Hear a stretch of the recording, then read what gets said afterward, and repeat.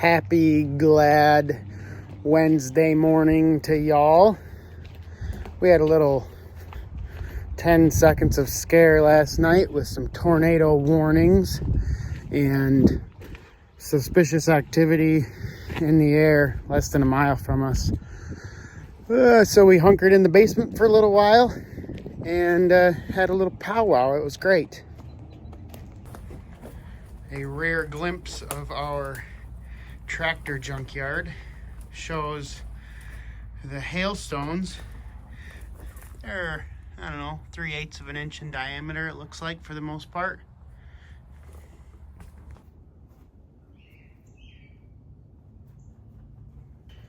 So last week I posted a video about this 520xi that I had adapted an older Wheelhorse plow to, and I figured I'd just go over the details of that. This is a fairly standard Wheelhorse slot hitch.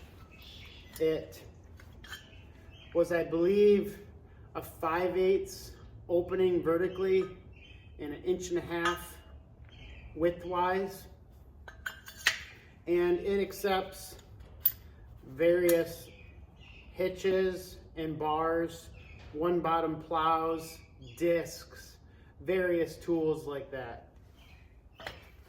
This is your fairly standard Wheelhorse drawbar, and you can see there are some spacers in here.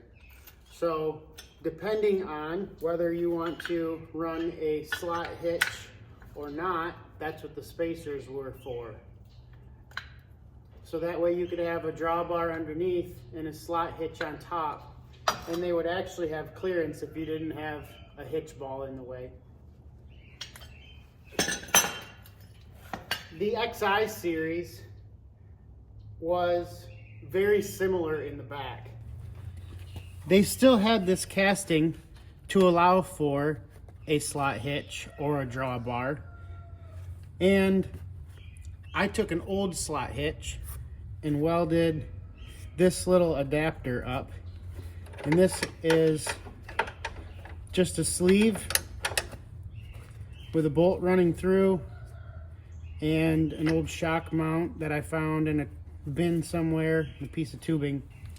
This is cast steel, so it can be welded. It's not cast iron. It has traits of steel instead of cast iron, where it can bend, it can be formed to an extent before it breaks. So I just fired up the MIG welder and threw that together. I realized afterwards that it was a little bit crooked, not quite square, but it worked. Right here is just a standard hardware store cable, and I should replace it because it came off of a different Wheelhorse, and it's just a straight shot up to the rock shaft on this particular Wheelhorse. Notice that my plow can wiggle back and forth quite a bit. Some people prefer to make this locked in so where it can't move. Some people rely on the plow itself to find its direction and steer itself. I have noticed that with some tuning, I can get away with a plow that is loose in the hitch and let the plow do its work.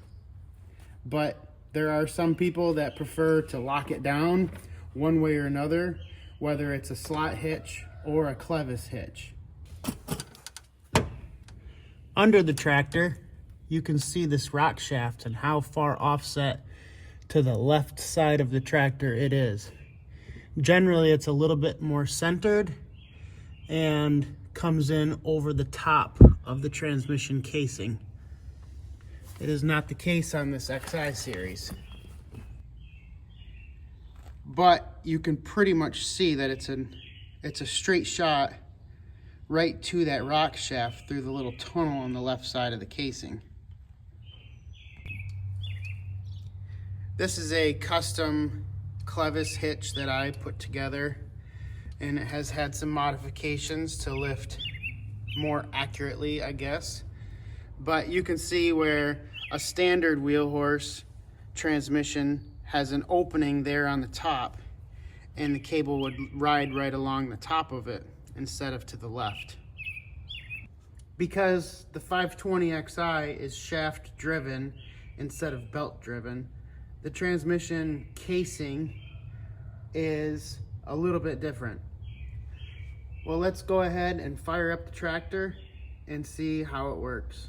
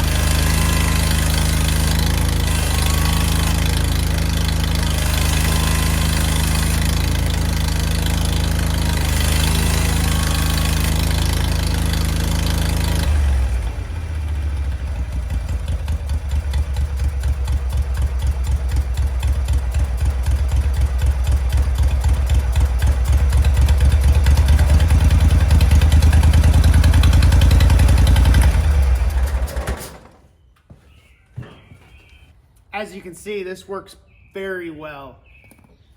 I'm not so sure as if there's anything on this tractor I would change to make it a better plow mule, other than extra weight. Weight is always traction when it comes to a garden tractor, and with 20 horsepower, this is no exception. I run out of traction long before I run out of power. Hopefully this helps explain what I did to make this old school Hitch work on a new school Toro Wheelhorse garden tractor. Thanks for watching. Have a great day.